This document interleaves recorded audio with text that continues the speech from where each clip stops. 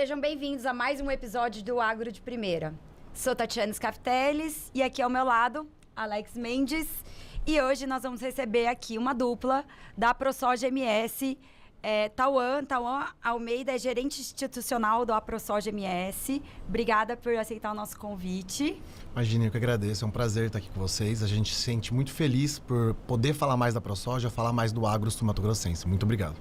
E também está aqui o Gabriel Balta, que é coordenador técnico da entidade. Muito bem-vindo. Obrigado por aceitar o convite. Eu que agradeço pelo espaço. A gente está sempre aqui trazendo novos dados sobre a safra. É um prazer estar comunicando com vocês mais um pouco sobre essa safra nova que a gente vai ter aí. Exatamente, porque acabou o vazio sanitário, que é aquele período de 90 dias onde não se pode nem plantar, nem cultivar qualquer tipo de soja, justamente para evitar aquele fungo causador da ferrugem asiática, né? Isso. Exato. Terminou dia 15 e agora começa o plantio. Qual a estimativa para a safra? Bom, é uma safra bem desafiadora, né? A gente entende todo o cenário climático, a gente tem um início mais difícil do que de costume, né? A gente tem uma safra praticamente climática no seu início igual à safra passada. A gente está estimando aí na média dos últimos 5 anos, trazendo dados sobre o SIG-MS, que é executado pela AproSoja, é um projeto. A gente tem uma produtividade de 53 sacas por hectare, é um aumento em relação ao ano passado de 2%. Uma área estimada em 4,8 milhões de hectares, então um aumento de 5,9%. E a gente atingindo aí a produção de 15,2 milhões de toneladas. São 8,1% de aumento. Então a gente tem aí essa perspectiva bem desafiadora devido ao clima inicial. A gente vai começar com uma safra com plantios mais atrasados na região norte e na região sul começando mais antecipadamente. O Gabriel mencionou, ele fala bastante os números, né, para o pessoal conseguir entender.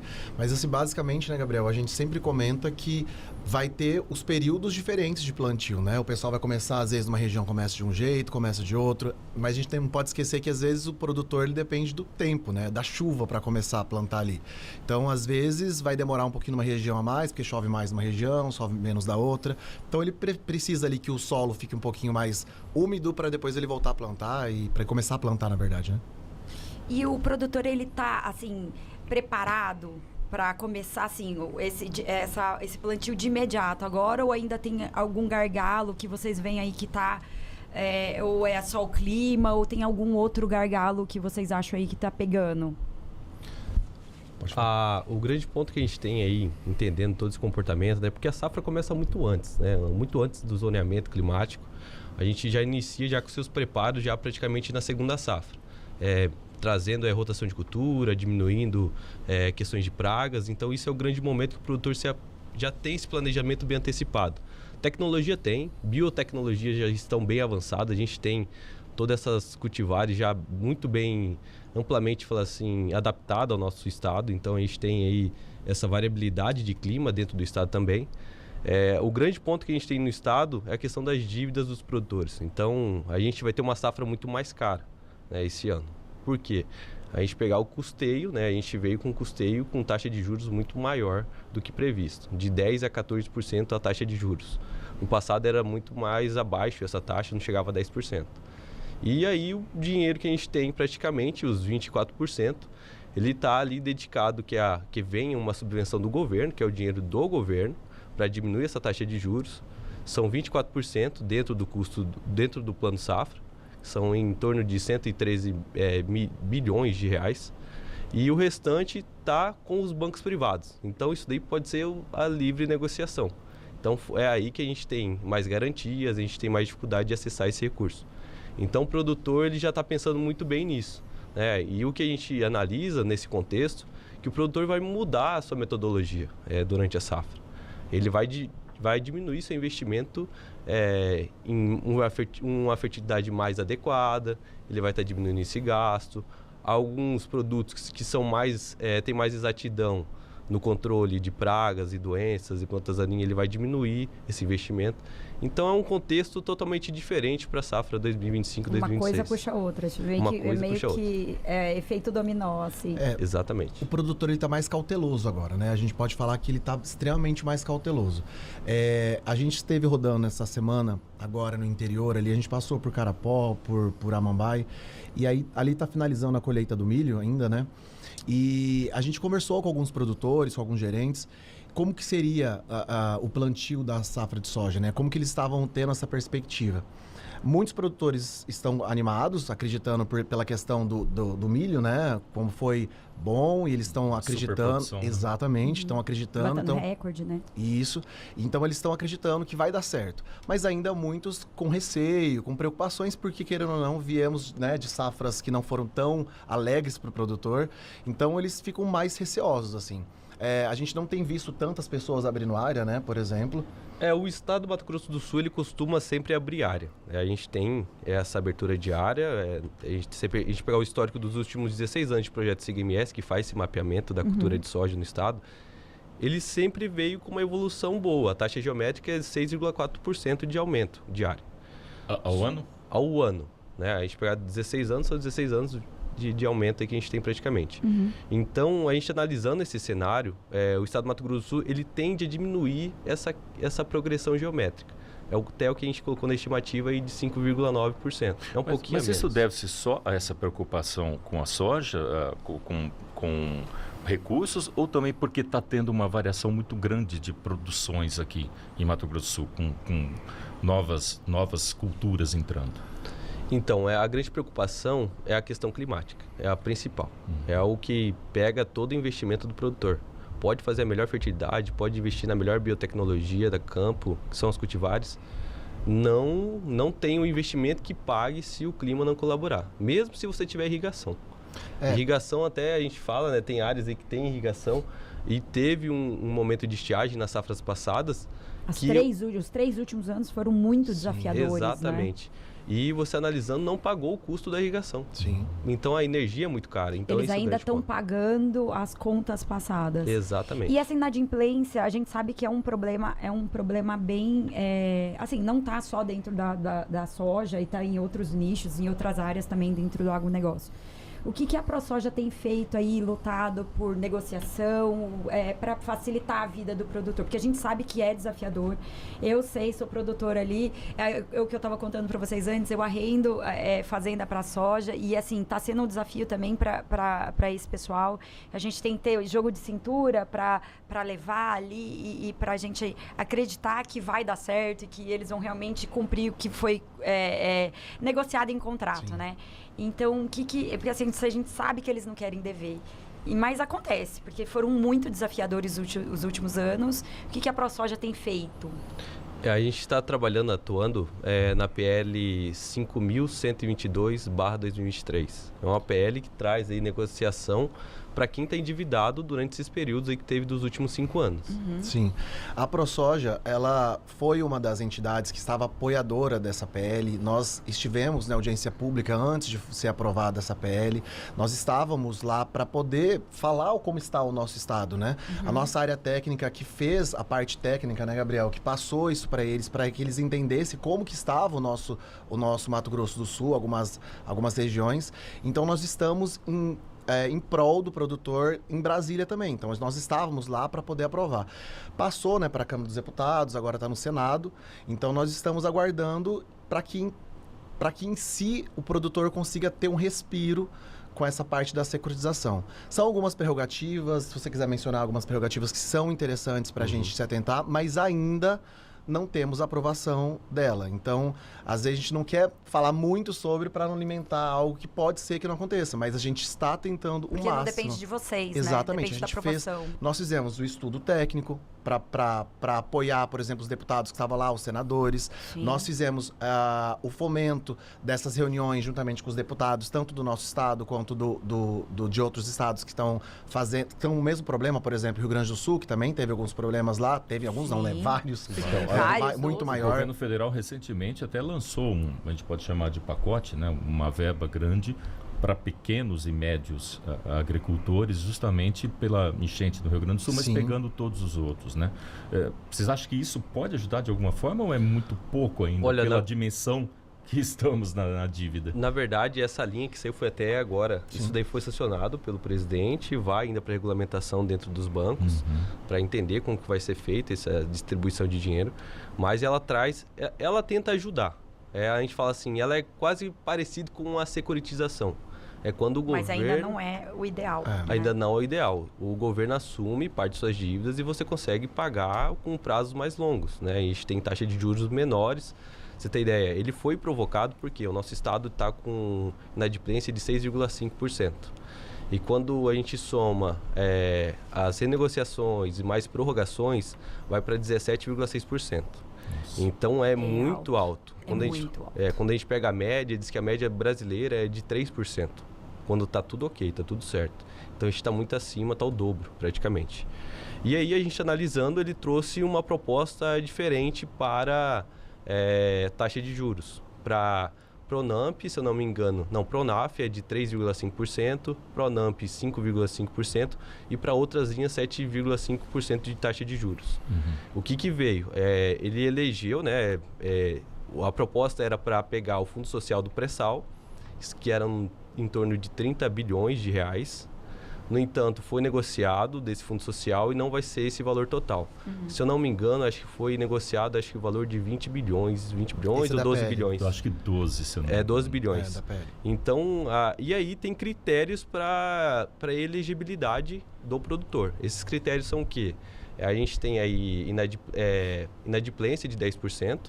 Então, produtores, municípios que têm inadimplência superior a 10%, ele está enquadrado. Produtores que tiveram perda de 20% nas últimas 2 safras e entra dentro do período do PAN, né? Entra dentro do reconhecimento do PAN, que é do IBGE.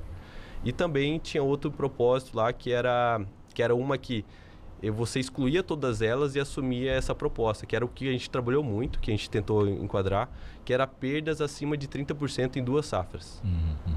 E aí, comprovações, né? como comprovação. E esse grande ponto, né, também teve outro, que era o reconhecimento dos decretos de estiagem, tanto estadual como federal, sendo reconhecido também.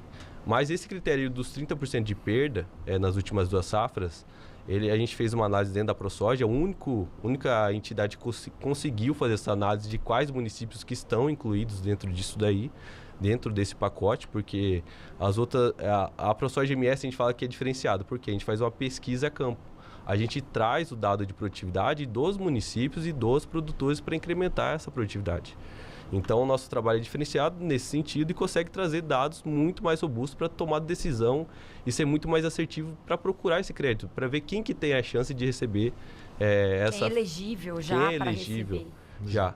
E a gente conseguiu analisar que tem 64 municípios no estado do Mato Grosso do Sul que são elegíveis. Nossa, de 79 Gente, municípios, 64. É muito, A gente tem muita gente. A gente tem o caso de Deodápolis, ele tem de 2020 a 2025, ele teve 5 safras afetadas com perdas acima de 30%. E olha, se a gente for pensar 30%, é muita coisa dentro de uma produção de 100%. Gente, é muita coisa. É muita coisa. Porque fora essa perda de 30% por clima, você ainda tem um desvio ali, você tem um desvio padrão, você ainda perde mais um pouquinho, né? Então não é Exatamente. só os 30%. 30% que é elegível, né? Mas e o resto? Fora o que você está perde? perdendo e o que está aumentando, né? Tudo tem ficado mais caro, então você também está perdendo nisso. Então, para o produtor, a gente brinca assim de uma forma desesperadora, porque você está brincando, a gente fala que o produtor ele é guerreiro, porque é extremamente guerreiro, porque vem de safras difíceis e continua tentando, continua batalhando, acredita no que faz, acredita no seu trabalho. Continuando no mesmo nicho, né? Continuando na mesma cultura. Exato. A Exatamente. gente fala, quem que coloca mais de R$1 milhão Exato. no campo No e sol. deixa no sol e espera crescer alguma coisa para ser produtivo? Espera o papai do céu mandar chuva ou, né, Exato. ou tirar a chuva na hora Você, certa. você investe muito. E são pragas concorrendo com a produção, são doenças e plantas daninhas, é tudo concorrendo. Hoje, o grande tempo que a gente tem aí de pragas, o javali é um grande problema no nosso estado.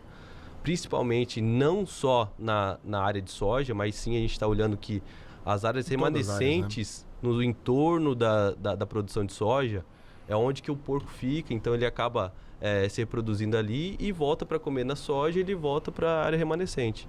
Então tem nascentes sendo destruídas, então é um animal que está aí, que é invasor, que é um grande problema no nosso estado. E a gente está procurando trazer cada vez mais informações. Tentou-se fazer algo para tentar controlar essa população de javalis? Olha, a gente tem caçadores no estado do Mato Grosso do Sul que são habilitados para isso, tem todo esse aparato, mas é uma preocupação porque não tem nada subsidiando a quem faz esse controle.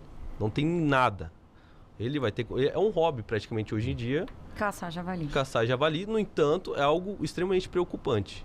Até porque você não caça javali com Não. né, com uma com um revólver você tá qualquer. equipado, né? Você tem que ter, né? Exatamente. E ele reproduz muito fácil, né? Ele reproduz muito fácil, acho que é 2 ou 3 vezes, não lembro. Eu falo assim, a gente tem 144 dias, é igual um porco normal de casa, 144 dias já tem uma nova ninhada. Só que cada ninhada é 10, 11, 12, 15, isso. né? Exato, e o tempo inteiro. Então, a gente tem conversado, chegam algumas demandas pra gente, né, Gabriel? Pra gente conseguir tentar mediar essa questão com o governo do estado, mas é muito complicado, porque como que você vai conseguir tirar de um ambiente só, de uma região só? Você não consegue, a proliferação é muito grande. Até porque ele já veio, né? Ele veio do sul, ele veio subindo e Exato. ele vem vindo, né? E aí você Exatamente. para pensar, o problema para o produtor, a dificuldade que ele tem não é só climática. São N dificuldades, né? A gente começou a falar sobre a parte climática, mas aí vai a questão financeira, aí vai a questão também que acontece das pragas, acontece aí do javali, são N problemas e o produtor guerreiro continua, dia após dia, tentando fazer o melhor Hoje o pra sua javali safra. é uma praga. Exato. E vocês acham que ainda tem potencial para crescer essa produção dentro do estado, voltar a crescer essa produção dentro do estado, abrir novas áreas? Sim. O que precisava para isso? É só crédito rural mesmo, não? Olha, a gente tem uma dificuldade hoje, é o clima, então é o principal. Então a gente analisando todas as áreas, a gente procura a textura de solo melhor, né? O avanço hoje do estado do Mato Grosso do Sul, a gente tem em cima de área de pastagem. Então hoje a gente tem 56% da área que a gente até analisou, a gente fez essa análise, a gente Sim, trouxe recentemente. esse dado recentemente. De 2009 a 2015, a área de soja avançou 56% na área de pastagem.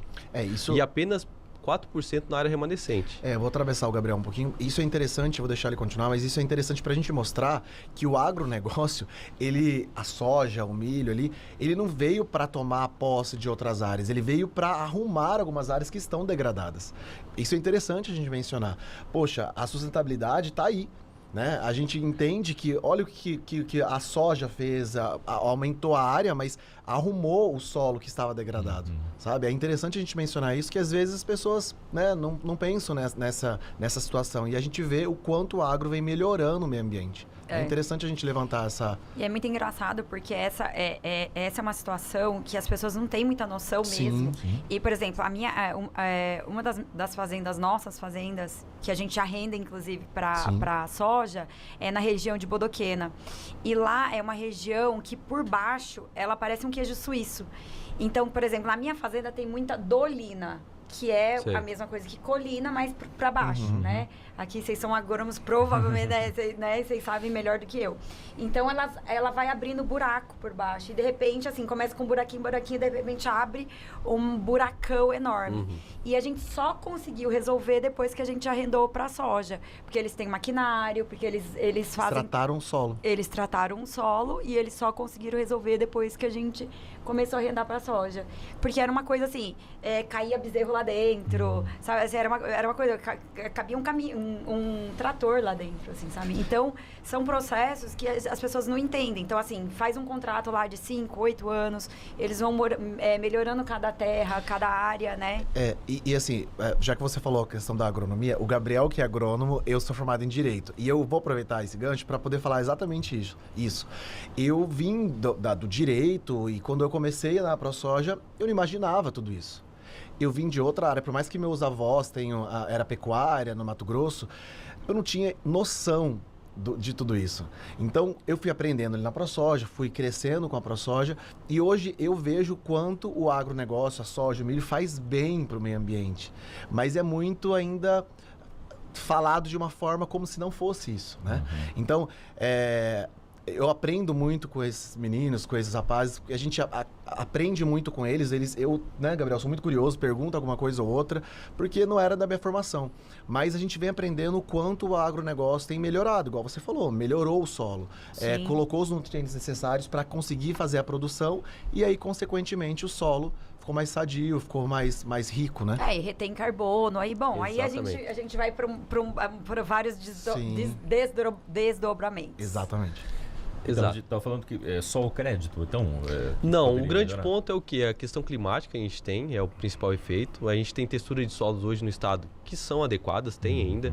A ProSoja MS estima que a gente tem praticamente 1 milhão de hectares que estão em boas condições, são áreas de boas aptidões, são solos com textura adequadas, então é 1 milhão de hectares praticamente, que podem receber um avanço da soja que está, mais apta a receber nesse momento. Esses que ainda não têm soja. Que não tem Que não soja, tem são áreas de soja. pastagem. A gente acredita muito nisso, a gente tem o nosso incentivo maior da classe é fazer esse avanço em área de pastagem. Por quê? O custo é muito menor. Primeira coisa, o custo é muito menor. A gente sabe que o meio ambiente está ali e cada momento a gente tem uma sustentabilidade mais adequada, então a gente também fora a questão ambiental, a gente tem um lado social também que a gente pensa muito, então todas essas regiões que a gente tem no estado do Mato Grosso do Sul têm características diferentes e o cerrado, que é o predominante do nosso estado, ele está adequado para isso. A gente tem ainda perspectiva de aumento. Se a gente pegar a revista Land, que traz dados aí de perspectivas internacionais, ele fala que a gente tem para abrir soja praticamente 4,3 milhões de hectares. Então, são praticamente aí mais de 5 milhões de hectares, né, que a gente tem praticamente para abrir no estado do Mato Grosso do Sul em pastagem. Então, isso daí o estado ele está caminhando para um lado certo. A gente tem um incentivo na irrigação que está começando. Isso daí, praticamente toda a região do Paraná, do Rio Paraná, a gente consegue fazer o plantio de soja com irrigação. Então, é uma área extensa que tem que ser muito bem aproveitada. Dá para se aproveitar a energia solar para isso? Pode sim, exato. Existe incentivo nesse sentido? Existe. E praticamente toda a parte de irrigação que tem no agro hoje em dia é voltado com a energia solar, porque é muito caro, né? Para se irrigar é muito caro. Sim. E pelo menos você tem que ter, quando você vai fazer um projeto de irrigação, você tem que ter o consumo mínimo, senão nem disponibiliza um ramal de energia para você. Então a gente tem toda essa análise que tem que ser feita, né? Então hoje o estado ele está apto sim para expansão e a gente tem bastante área para expandir. A gente tem praticamente hoje 16 milhões de hectares de pasto no estado. Mas o que ele falou, às vezes, pela questão do crédito, basicamente é que o produtor veio de safras difíceis e, por ele vir de safras difíceis, aí a questão do clima, o crédito demora, às vezes, a chegar, ele não consegue. Então, são várias coisas, não só o crédito, né? Mas se a gente parar para pensar... Porque deu um tremendo de um azar, né? Porque pegou o clima, aí vem os juros altíssimos, né? Não tem dinheiro no mercado para emprestar. A variação então, de realmente, dólar também, o dólar que impacta sofreu. muito, é né? muita coisa Agora jogando nem tanto contra, mais, né? Nesses últimos anos. Quando se tem uma crise nesse sentido, buscam-se soluções, né? Exato. O que tem se feito para tentar driblar isso? Por exemplo, ter mais produtividade, com mais tecnologia? O que tem se buscado? Ou ainda estão pensando? Porque estão ali no olho do furacão, agora que a gente vai começar a pensar nisso. Olha, não, a gente tem uma análise aí que já vem, tipo assim, a soja ela não para em qualquer momento. As biotecnologias que tem hoje implementadas no Brasil são as melhores, são o que tem de alto padrão.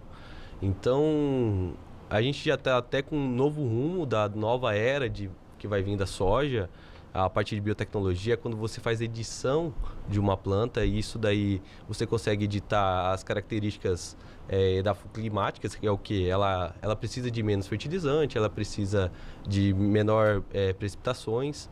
Então tem toda essa diferenciação que tem de biotecnologia já rodando dentro da cadeia da soja. E cada vez mais a gente está fortalecendo isso. O que a gente tem feito no estado para trazer uma adaptação do produtor ao clima?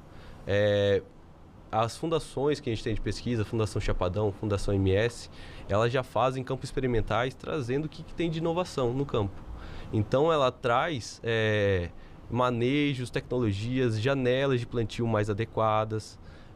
O grande ponto que a gente tem hoje em dia é você começar a plantar em períodos espaçados para que não ocorra sempre a estiagem em um período exato e pega toda a sua produção. Então tem todo esse ponto de escalonamento, né? Tem um arranjo muito, muito grande de tecnologia atrás da soja. Então isso daí a gente está bem, assim, a gente tem uma garantia muito boa. O problema são as questões climáticas e o que a gente vem acompanhando de inadimplência. Isso daí é o grande ponto que a gente vem desanimando o produtor e isso é o grande ponto que a gente vai vir futuramente bater muito forte sobre isso. Porque a questão de dar garantias ao produtor é o que ele precisa nesse momento. Ele precisa ter falar assim, a gente não pode deixar a dívida para o filho dele. A gente tem que deixar a dívida parar ali com ele e assim ele ter uma boa safra com as novas gerações sendo muito mais produtivas e gerando ganhos. O que tem sido feito é políticas públicas. A ProSoja, ela, juntamente com o governo do estado, a proximidade é ótima. A gente tem fomentado isso, o governo do estado. Eles têm também pensado, juntamente com as fundações, as áreas mesmo ali, a Semadesc, pensado em como fomentar isso de uma forma mais eficaz para o produtor. Porém, ainda, sim, como o Gabriel mencionou, o tempo é a questão da dificuldade. Aí a gente pensa na questão da irrigação, igual o Gabriel falou, as janelas também de plantio, tem várias questões. Mas ainda assim, o que a gente pode falar é os estudos técnicos que foi mencionado.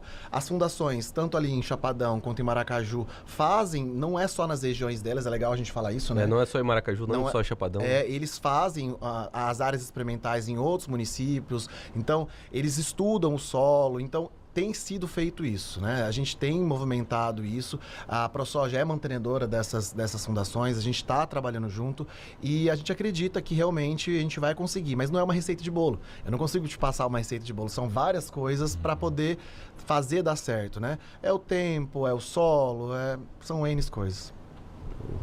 Pensando em mercado, né? Muito se fala as taxações, né, dos Estados Unidos, negociações Estados Unidos, China, né, a pressão do Trump com a China e de repente a China pode começar a comprar soja dos Estados Unidos em grande quantidade. Isso preocupa a gente?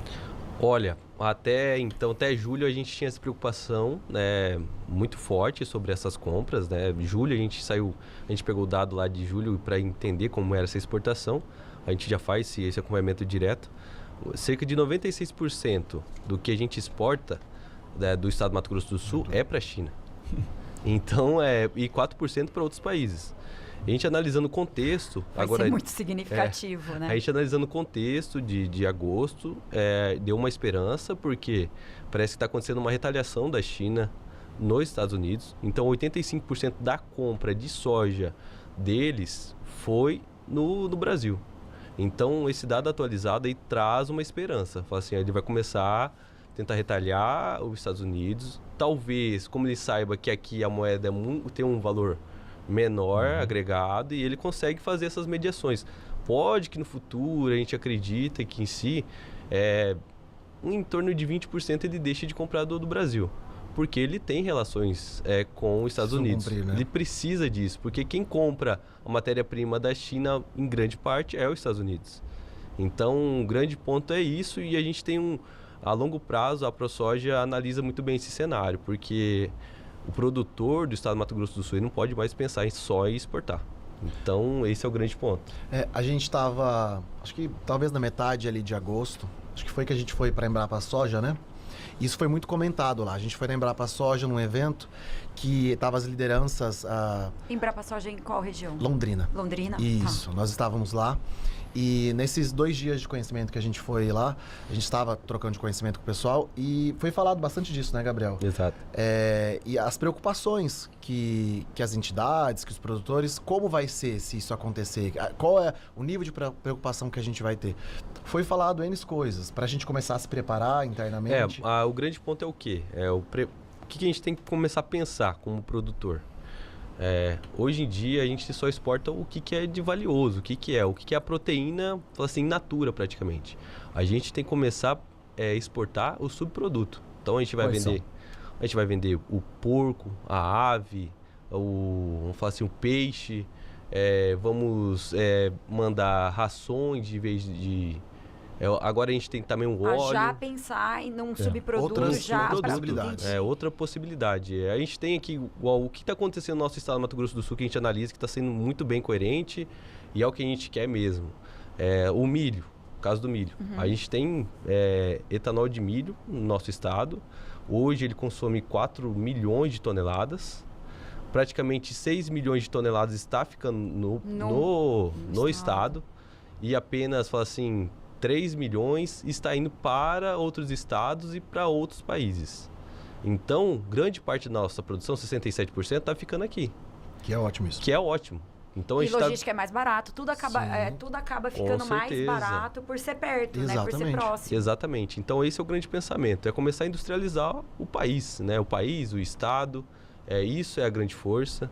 A gente vende in natura, né? A gente vende in natura. Por exemplo, na soja, o que vocês brigam, o que vocês levantam de que seria necessário para aproveitar essa matéria-prima aqui?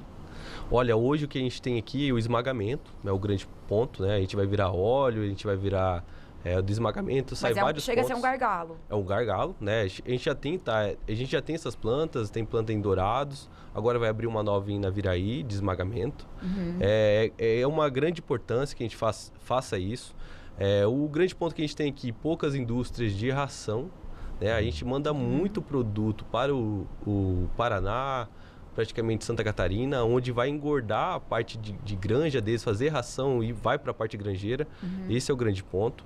A gente tem que procurar trazer isso mais para o nosso mercado, ser uma realidade. E isso gera emprego, gente. A questão social muda totalmente do nosso estado. E aí, isso que a gente tem analisado, o quê? Questão cultural.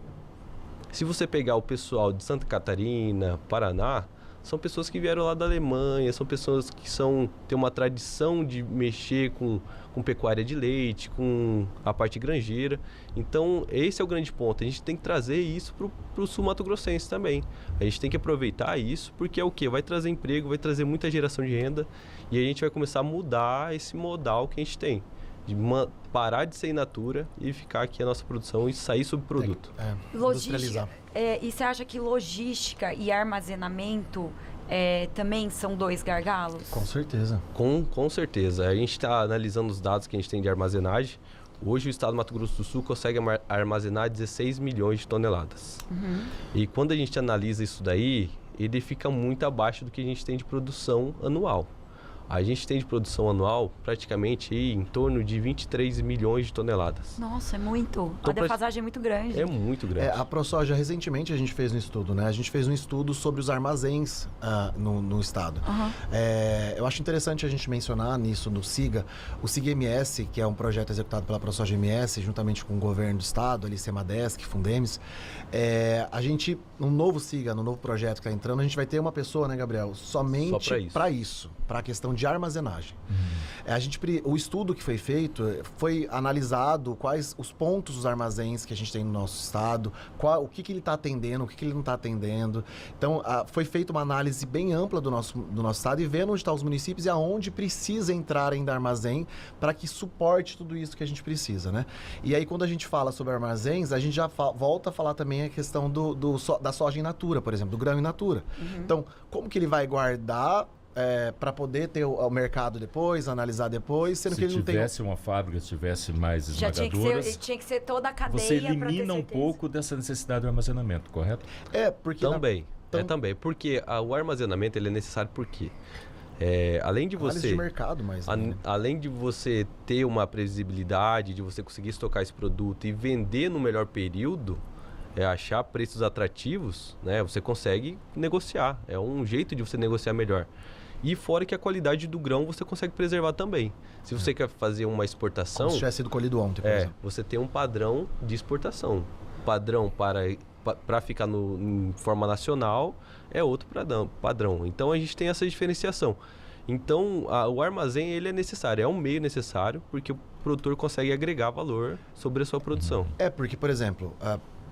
o armazém, você vai ter como colher e guardar. Se não tem um armazém, o que você faz? Você colhe, coloca dentro do caminhão e vai vender. você não espera o tempo, você paga o frete mais caro, você não consegue esperar até o valor melhor que você quer. Então, assim, os grandes produtores conseguem fazer isso. Mas, às vezes, quando não tem ali um armazém próximo, e se você não tem bom planejamento ali, às vezes você acaba tendo que vender. E aí é o valor que tem do mercado, é o valor do frete que está ali na hora. E o que é necessário? Tem incentivo para a construção de mais armazéns, é isso? Tem incentivo, tem linha de Mas crédito. precisaria ter mais? Precisava. Precisa ser muito mais fácil você... Hoje o crédito, a gente entende que ele o quê? Tem muita burocracia, né? Além de garantias. Agora ele ficou muito pior porque tem muito mais garantia. Então, você tem ideia, agora o zoneamento, se você não tiver o zoneamento de risco climático elaborado pela Embrapa, pelo Ministério da Agricultura, para o seu município, ele não consegue liberar o crédito. Sim. E antigamente não era uma obrigação. Agora é obrigatório. A gente tem até um caso da cana que a gente encontrou em um município que já é produtor de cana, já tem 22 mil hectares de cana, e ele não consegue pegar crédito mais por causa disso. Então, essas garantias que vão acontecendo quando vai mudando o plano safra, isso daí traz N barramentos ao produtor. Então, barra o produtor de fazer muita coisa. Então, a gente tem analisado isso, é uma grande preocupação. Ele tem que ser mais facilitado. Ele tem que ser mais, falar assim, ter mais consulta ao público. É uma coisa que falta. Para ser de acordo, né, do que realmente precisa e do que realmente está sendo feito. Porque muitas vezes não chega lá na ponta, vamos dizer assim, não chega de fato lá na ponta, né? Porque é feito pelo pessoal lá em Brasília, eles não sabem o que estão acontecendo aqui, não sabem quais são as necessidades reais e acaba que não acaba chegando lá na ponta. Sim, o governo do estado tem fomentado isso também. Ali na Semadesc, nossa proximidade é maior, né? Nos projetos que a gente tem, em como a gente executa, tem movimentado tudo isso. Mas vale a pena a gente lembrar que muitas vezes grupos, né, que vão montando os armazéns e tudo mais, vamos lembrar que as safras têm sido difíceis também. Não dá pra gente falar só que é falta ali, de que precisa melhorar ou só burocracia. Vamos lembrar que o investimento é alto. O produtor São acaba... milhões? Quantos milhões para fazer um armazém? Um armazém acima de média. R$1 milhão.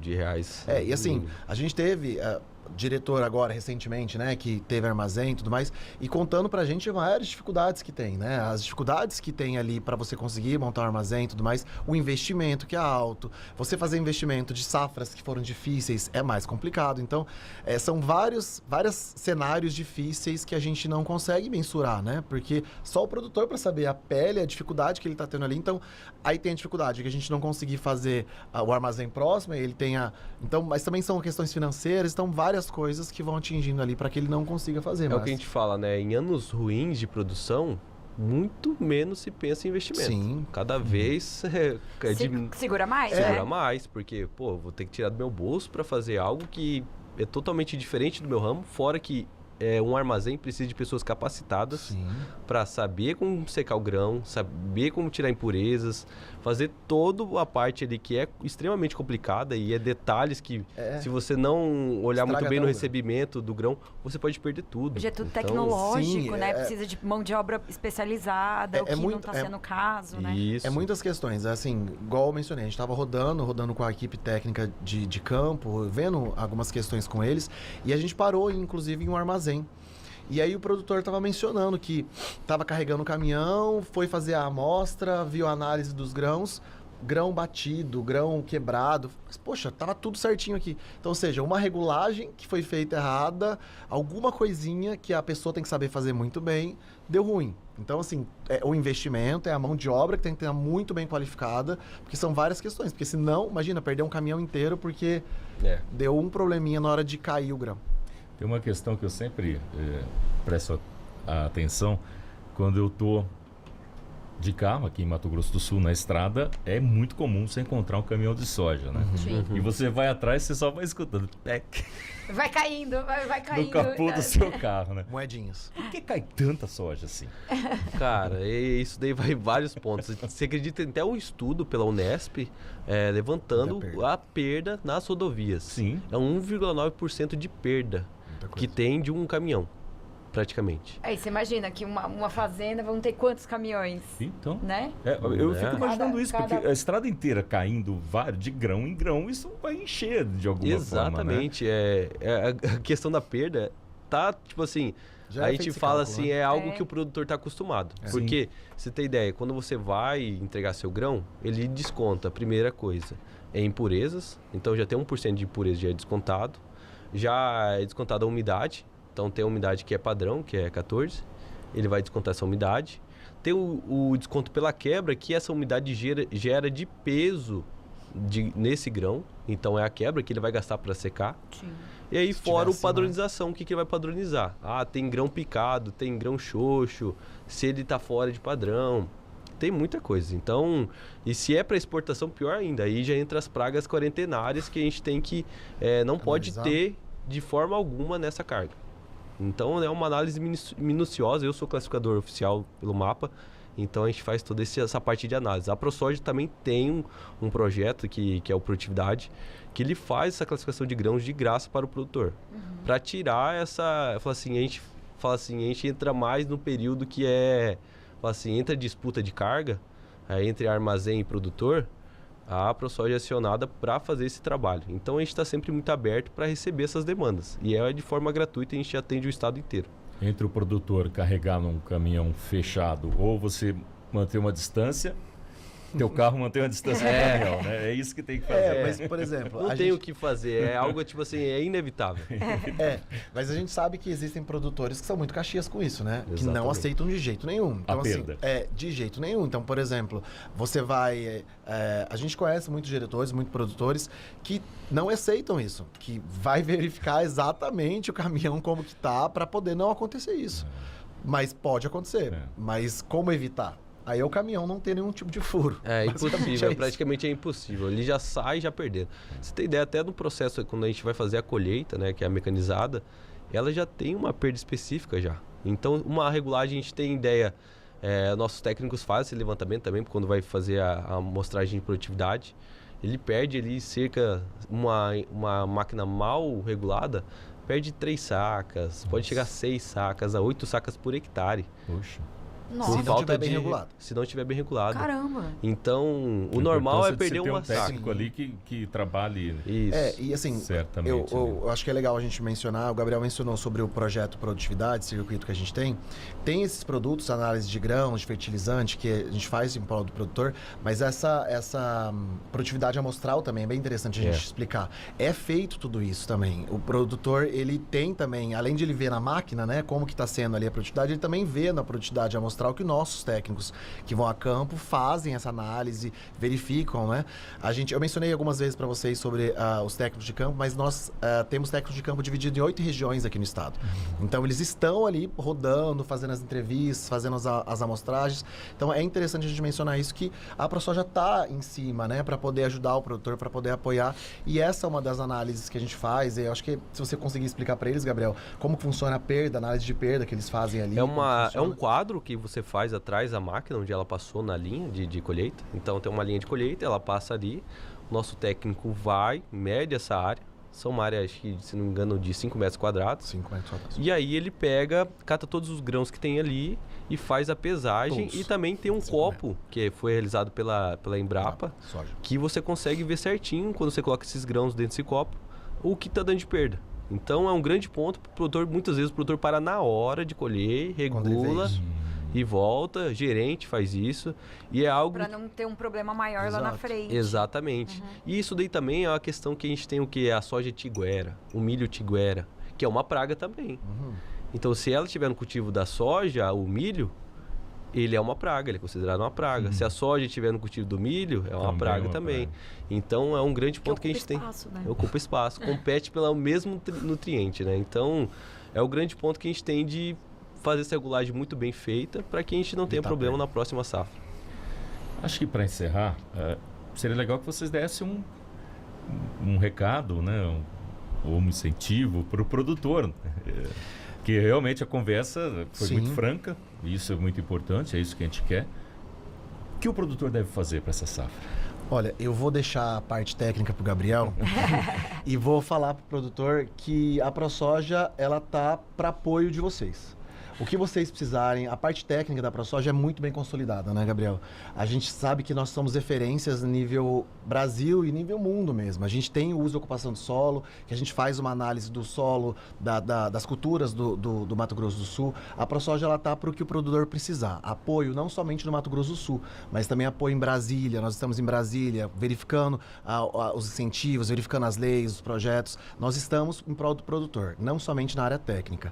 Então, assim, se eu falar sobre a safra, a gente sabe que o produtor é um guerreiro, que ele batalha, que ele está fazendo tudo certinho, que ele já está planejando, rodando, a gente vê que ele já está com os insumos, que já está com tudo planejado. Falar força produtor e dizer que a gente está aqui para o que precisar. A gente entende a dor dele, a gente entende que é difícil, mas a gente acredita que o produtor é capaz de fazer isso porque ele é tecnificado, ele tem estudo, ele faz estudo de caso ali, então a gente literalmente é para falar. Você consegue, a gente tem o apoio da ProSoja, o que vocês precisarem, a gente está à disposição. Nesse momento, eu acho que a gente tem que destacar a resiliência do produtor sul-mato-grossense. Então, é o grande ponto que a gente tem hoje no estado, é essa resiliência, né? A gente tem, praticamente, nas últimas 5 safras, a gente teve 4 safras de perda, praticamente 4 ou 5 safras, dependendo do município. É um grande ponto que a gente tem. E agora essa safra 25-26, a gente acredita que o produtor tem que ser mais cauteloso, né? Olhar muito bem as suas metodologias, verificar suas máquinas se estão apostas mesmo para efetuar esse plantio. As regulagens têm que estar em dia, a gente sabe isso. Atuar num calendário que a gente tem até dia 31. Se você tem seguro rural, tá atento as questões do zoneamento, então muitas áreas não podem semear em certos períodos, então a gente tem toda essa análise para que não perda esse seguro rural. Então a gente tem até 31 aí praticamente no nosso estado para fazer esse plantio. A gente sabe que vai ser uma safra complicada, a gente tem uma temperatura muito acima, então isso é um grande ponto. Então comece com o pé no chão, fala assim, a gente começa recebendo praticamente no mínimo 20 milímetros de chuva para iniciar esse plantio, e áreas grandes tem que ser escalonada, então para que não tenha perda futuras e que deixe bem um grande ponto que eu quero deixar, que a ProSoja está aqui para sempre fortalecer a classe. A gente vai estar sempre procurando o melhor que tem para o produtor e maneiras de a gente estar saindo dessa inadimplência, saindo dessas dívidas. O produtor pode ir lá na ProSoja, ser recebido pela nossa equipe técnica, que vai estar sempre explicando ou trazendo dados para que ele possa tomar a decisão mais sábia. E não só na parte técnica. Lembrando que, às vezes, o produtor não consegue chegar no governo do estado, no Senado, e a ProSoja está aí para isso, para representá-lo, não somente no Mato Grosso do Sul, no nível Brasil também. Ai, olha, eu fico feliz em escutar isso, porque realmente, assim, parece que é um quentinho no coração, é um acalento para o coração, para a gente que é produtor. Não sou produtora de soja, mas estou diretamente ligada ali. E, né, querendo ou não, então, eu acho que dá um alívio a gente ouvir isso, e eu espero que os produtores utilizem mesmo a ProSoja MS. Muito obrigado, Tauan, muito obrigada, Gabriel, por terem vindo aqui, ter falado sobre uma área que a gente sabe que é muito forte dentro do Mato Grosso do Sul, a gente sabe que é necessária, é uma potência, tem como crescer, e eu acho que a gente tem que acreditar mesmo na resiliência do produtor. Exato. Né? Então é isso, muito obrigada, gente. Fique conosco, deixa o seu like, divulgue, manda pro coleguinha, vamos lá, quanto mais gente vê, nos ajudem a divulgar todas essas informações que a gente sabe que são imprescindíveis, são legais e são, assim, de muita importância para os outros saber que o nosso agro é uma potência no Mato Grosso do Sul, e a gente tem muito o que fazer ainda, e tem muita coisa boa que a gente também vai trazer aqui, né, Alex? Com certeza, muito boa sorte ao produtor de soja nessa safra que começa agora, e as notícias diárias do agronegócio você acompanha no Primeira Página, na nossa editoria de agro, e toda semana vídeo novo aqui no podcast. Obrigado a vocês. Eu que Obrigado, agradeço. pessoal. Obrigada.